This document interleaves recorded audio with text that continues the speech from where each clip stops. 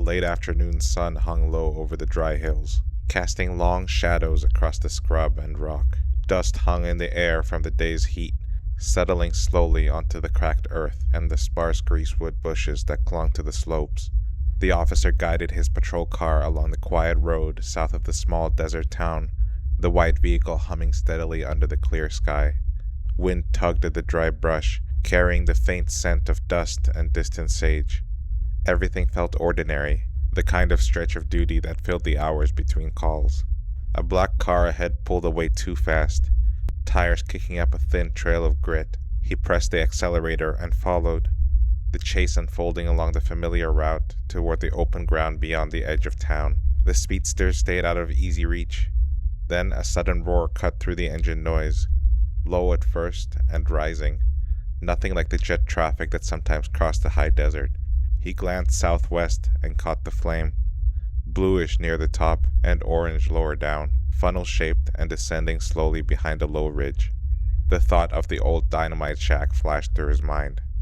He eased off the pursuit and turned the car toward the disturbance, the road roughening into gravel and ruts as he climbed. The wheels spun once, twice, before the car gained purchase and crested the small rise. Below, in the shallow arroyo, something white gleamed against the darker earth and rock. From a distance, it looked like a vehicle flipped on its side or end, the kind of wreck that might have left people hurt or trapped. He radioed the position and started down the rough track, the car bouncing hard enough that the steering wheel jerked in his hands. Closer now, the shape resolved into something smoother, oval, the size of a medium car, resting low on what seemed like slender supports angled outward into the ground. The surface shone like a dark aluminum, whitish in the fading light, unbroken by windows or doors. On its side, a red marking stood out, an insignia roughly 2 feet high, sharp against the pale metal. 2 figures stood near it. They wore white coveralls and looked small, the size of large children or undersized adults, their shapes otherwise ordinary. One of them turned. The motion carried a startled jolt, a quick jump, as if the approaching car had registered too late. The officer stopped, stepped out, and took a few careful paces toward the arroyo floor. The air felt thick with heat and lingering scent of dust. Then the roar returned, louder than before, climbing from a low rumble into a full-throated howl that pressed against the ears. A flame erupted beneath the object, light blue near the craft and orange at its lower edge, kicking dust but producing no smoke. The oval shape began to rise, slow and steady at first. Fear hit hard. He turned and ran, the ground uneven under his boots. His legs struck the rear bumper of the patrol car. Glasses flew. He kept moving, putting the vehicle between himself and the rising thing, then dropping low behind the edge of the hill. The roar shifted, high to low, then cut off into a brief, high-pitched whine that faded into silence. When he looked again, the object hung roughly level with the car, 20 feet or so above the arroyo floor. It drifted forward in a straight line, clearing a nearby shack by only a few feet. Still silent, no flame visible now. Speed built quickly. The craft shrank against the southwestern sky, past the distant mill, and vanished beyond the canyon rim as a fading speck. Silence returned, broken only by the wind and the slow settling of dust. His hands shook. The skin on his face felt tight. He radioed again, voice tighter than usual, asking for another unit to come out. Minutes later, the state police sergeant arrived, found him pale and unsteady beside the car, and together they walked back down into the arroyo. Small fires still smoldered among the greasewood. Patches of brush and grass showed clear scorch marks, some still warm. 4 distinct depressions marked the soil where the supports had rested, each several inches deep and roughly oval or wedge-shaped, the earth compressed downward and pushed outward in places. The pattern formed a rough rectangle, the distances between the marks measuring out in a way that suggested weight and structure rather than random disturbance. No tire tracks or clear footprints appeared near the impressions themselves. Other officers and investigators reached the site as the light faded further. They measured the depressions carefully, noting how the diagonals of the 4 points crossed at right angles. Soil and vegetation samples went into bags. The burned areas formed a rough circle several feet across in the center of the landing pattern.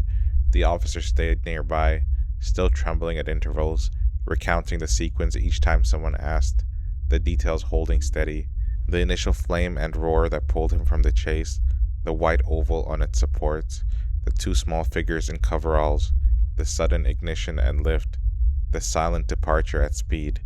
He drew the red insignia from memory, the shape fixed in his mind. Night settled over the hills. Flashlights swept the arroyo floor. The wind carried the smell of charred brush. The sergeant who had arrived first watched the officer's face in the shifting light and saw the residual shock that no amount of calm talk erased. Investigators from farther afield arrived the next day and the days after, walking the same ground, photographing the marks before rain or curious feet could blur them, testing the soil for anything unusual. Nothing conventional matched the sequence of events, or the physical traces left behind.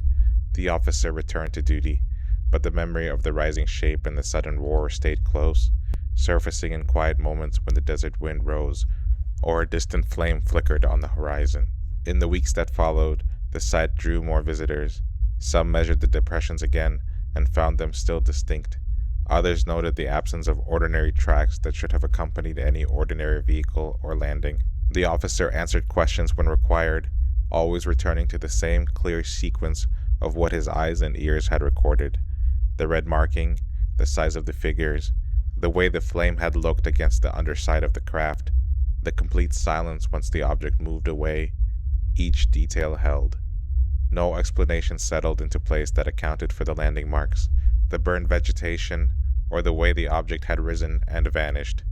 The desert held its silence, the scrub and rock unchanged except for the 4 compressed impressions and the scorched patches that slowly weathered under the sun and wind.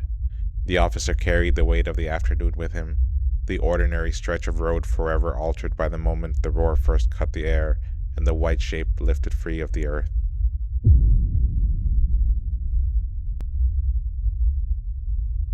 The forest seemed endless under the clear sky, the kind of silence that pressed against the ears until every small sound stood out sharp. Rocks of ancient gray rose in flat shelves and broken edges, dotted with patches of moss and thin soil where sparse trees clung. A narrow brook ran somewhere close, its water clear over stone. The man moved carefully across the open rock, hammer and tools in hand, eyes fixed on a vein of quartz that caught the light. He had walked in early from the roadside lodging, the air still cool then, and now the sun sat high enough to warm the stone under his boots. Lunch sat finished nearby. Everything felt ordinary, until the geese rose in a sudden clatter of wings and wild honking from the water below, as if something had driven them hard from their rest. He looked up. 2 shapes hung in the sky, long and cigar-like at first, glowing a deep scarlet that held no flicker. They descended at an angle, silent, growing larger until their outlines softened into ovals and then into broad discs. One slowed and held still in the air. The other continued down and settled onto a wide flat rock, roughly 160 feet away. The hovering one shifted color from red through orange into a dull gray that slipped away into cloud, gone as if it had never been. The landed one remained. Its surface changed too, the red fading until it shone like polished metal with a soft golden sheen. Heat rolled off it in waves. A sharp smell of sulfur drifted across the rock, mixed with something like warm air from a machine. He stayed where he was for a long while, watching. Protective glasses sat on his face from the work with stone, and through them the light from an opening in the upper side of the craft glowed a hard violet. The opening itself measured roughly 2 by 3 feet. Sounds came from inside, muffled voices that rose and fell like speech, one higher than the other. He felt certain this was some kind of experimental machine that had set down by mistake, perhaps from across the border, something the military tested in secret. He rose and walked toward it, hammer still in one hand. The smell grew stronger. Warm air hissed out through the opening. He called across the short distance in the language of the country first, then in others he knew, offering help if the machine had trouble. No answers came back. The voices continued for a moment longer, and then stopped. 3 panels slid across the opening and sealed it shut. He stepped closer still. The metal looked seamless, smooth as glass under the sun. He reached out with a gloved hand and pressed his fingertips against the surface. The material of the glove melted at once where it touched, the heat enough to soften it in a heartbeat. He pulled back. Without warning, the whole craft began to turn, rotating against the clock. A section of the hull that had faced away now stood in front of him, a panel roughly 9 inches high and 6 inches wide, filled with a tight grid of small round holes. A blast of hot gas shot from those holes straight into his chest. The force shoved him backwards. His shirt and the undershirt beneath it caught fire at once. The cloth burned against his skin in a sudden searing pain that spread across the upper abdomen and lower chest. He tore at the garments, ripping them free and throwing the burning fabric to the rock. His cap had caught as well. The craft lifted straight up, the same rush of air pushing against him, and climbed while its color shifted again through orange and gray before it vanished into the distance. Silence returned, broken only by the throb of pain and the reek of scorched cloth and sulfur that clung to him. He stood a moment longer. Then the sickness hit. His stomach turned hard. He stumbled away from the rock and vomited into the moss. Spots swam in his vision. The compass in his pocket spun without sense when he tried to fix a direction. The path back toward the road felt longer than the morning walk in. Every step brought a fresh wave of nausea and pounding in the skull. He forced himself forward through the trees and over broken ground, stopping again and again when the sickness rose. Hours passed that way. The burns on his torso tightened and stung with each movement. A strange odor rose from his own skin, sulfur mixed with the sharp tang of something electrical, and burned. When the highway finally appeared, he flagged down a passing patrol car. The officer stopped.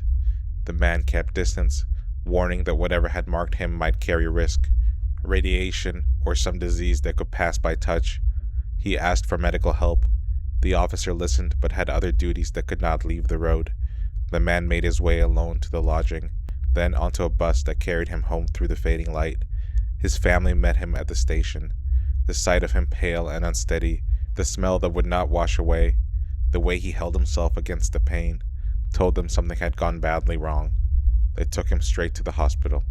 Doctors examined the burns across the upper abdomen, a broad area of first-degree damage that formed irregular circles and patches the size of coins, some overlapping. Hair on his chest and forehead had singed. They treated the wounds and sent him home with a sedative, but the illness deepened over the days that followed.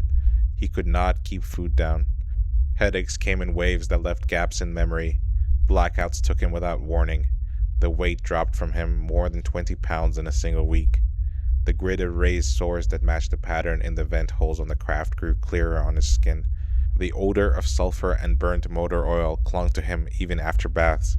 Tests looked for radiation poisoning and found none that explained the symptoms.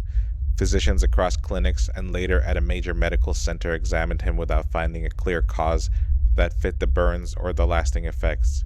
Investigators came next. Officers and military personnel questioned him at length. He described everything he had seen and felt, the two craft, the voices that sounded human, the metal that melted the glove, the blast that set the clothes on fire. He remained convinced the machine had been built by men, some secret project that had gone wrong in the woods. Search teams went into the forest. On the rock where the craft had rested, they found a circle roughly 15 feet across, where the moss and thin soil had been swept clean. Samples of soil and lichen from the spot tested radioactive. Later returns to the site turned up twisted pieces of nearly pure silver, coated with uranium and radium, that still gave strong readings.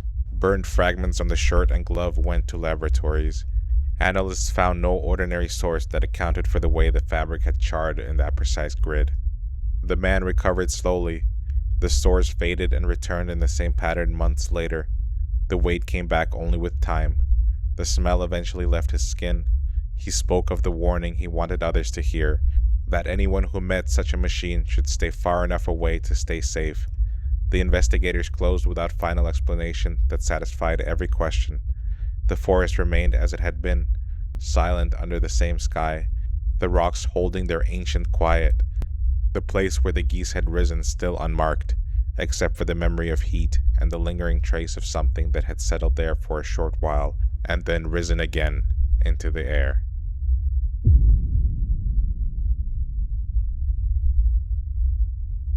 The night drew close around the small house near the water, the kind of thick coastal dark that swallowed the outline of the trees and left only the soft push of the tide against the shore. Inside, the boy lay still under the covers, eyes open against the black of the ceiling. The air felt heavier than usual, cool enough to make the window panes weep a little on the inside. He shifted once, then again, listening to the quiet that belonged to a place where almost everyone had already gone to sleep after long hours on the boats or the roads. A light cut through the curtains, not the thin silver of the moon, which had already slipped low, but something sharper, brighter, sliding into place above the tree line. He sat up. The glow hovered there, too steady for any lantern or passing car, too silent for any engine he knew. It stayed fixed while the whistling sound began somewhere out beyond the glass, a tumbling noise that grew louder and closer as if something heavy was turning end over end through the air. His chest tightened. He braced without knowing why, waiting for the impact that never came against the house. Then the light shot away, gone in a breath, and the whistling faded into the ordinary hush of the harbor. Farther along the road that curved with the coastline, a group of young people rode in an old car. The windows cracked open to the salt air. They had left a dance behind them and were heading home under a sky clear enough to show every star. One of them noticed the row of lights first, 4 of them hanging low over the water, flashing one after another in a steady sequence before all of them blinked out together and began again. The others turned to look. The lights kept their pattern, moving parallel to the road for a stretch, bright enough to pull their eyes and hold them. No one spoke at first. The driver slowed without thinking. The sequence continued, calm and deliberate, until the whole road tilted and dropped in a sharp line toward the surface of the harbor. Trees cut off the view for a moment. Then came the sound again, the same whistling that had woken the boy earlier, rising into a whoosh that ended in a hard splash. The car stopped. They climbed out and stood on the edge of the road where the ground fell away toward the water. Out on the dark surface, a pale yellow glow floated, round and low, roughly the size of a city bus, drifting slowly away from the shore. It left a trail behind, a thick ribbon of foam that caught what little light there was and held it. One of them ran to a nearby phone booth. The call went through to the nearest detachment. The voice on the other end asked if anyone had been drinking. The young man insisted something large had gone into the water, something that looked like a plane. He hung up. Almost at once, the phone rang again. More calls had already come in from other houses along the coast. Officers were on their way. The first constable arrived within minutes, headlights cutting across the gravel near the shore. He stepped out and stared at the same yellow shape riding the tide a few hundred meters out. It moved steadily, leaving the foam in a widening path that smelled faintly of sulfur when the wind shifted. Other officers joined him. Local men who had heard the noise or seen the lights pulled on boots and jackets and pushed their boats into the water. They expected wreckage, oil, people in the cold black sea. Instead, the boats cut through the thick foam, the stuff clinging to the hulls and rising in slow bubbles from underneath. The glow on the surface dimmed. Then it slipped under without another sound. They kept searching through the remaining hours of the night. Coast Guard vessels arrived and swept the same stretch of water. Flashlights played across the foam and the empty waves. No one found a seat cushion, a scrap of metal, a slick of fuel. The yellow trail stretched longer than anyone could measure in the dark, wide enough that the boats had to nose through it carefully. By the time the first gray light touched the horizon, the foam still floated, but the shape that had produced it was gone. In the morning, the divers went down.